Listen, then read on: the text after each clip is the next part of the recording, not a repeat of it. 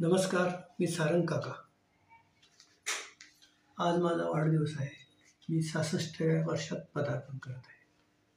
बाहेर थंडी खूप आहे, बोर्डगार आहे, तरी पण एक पकड समजवायचा तुम्हाला प्रयत्न करतो.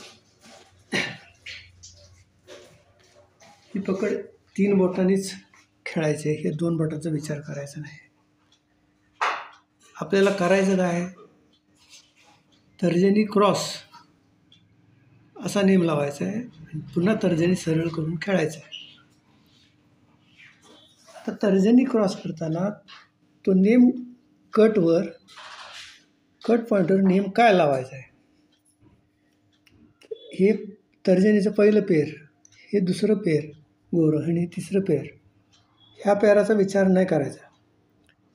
पहिलं पेर आणि दुसरं पेर याचा मध्य पॉईंट इथे दिसतो, त्या मध्य पॉईंटवर नेम लावायचा आणि बरोबर त्या मध्य पॉईंटच्या खाली तर्जनी सरळ करून थ्रो करायचा आहे. कसं हे होईल ते समज नसलं तर पुन्हा समजा. पहिलं पेर दुसरं पेर ह्या पॉईंटवर कट नेम स्ट्रायकरला पकडून आणि त्याच्याच जागेवर तर्जनी उभी करून थ्रो करायचा आहे. मला वाटतं समजलं असावं. प्रयत्न करतो. थंडी आहे. इथं गेलो मी, इथं गेलो मी, ह्याच्यावर नेमला आणि ह्याच्याच खाली तर्जनी खाली केली.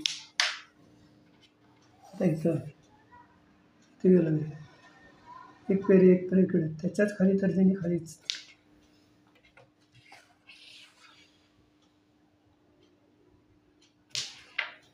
शक्यतो नेम धरताना 3 बोटं, मारताना 2 बोटाचं हे बोट नाही लावलं तर जादा सॅटिस्फॅक्शन मिळतं.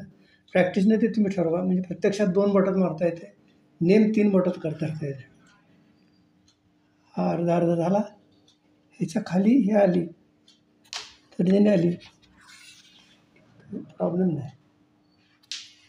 प्रॅक्टिसमध्ये जवळ सिम्पल आहे, अगदी काही नाही. हे घेतलं, फक्त त्याच्या खाली विश्वासार्हता गेली. मारताना 2 बोटाचा उपयोग करा, नेम लावताना 3 बोटाचा उपयोग करायचा.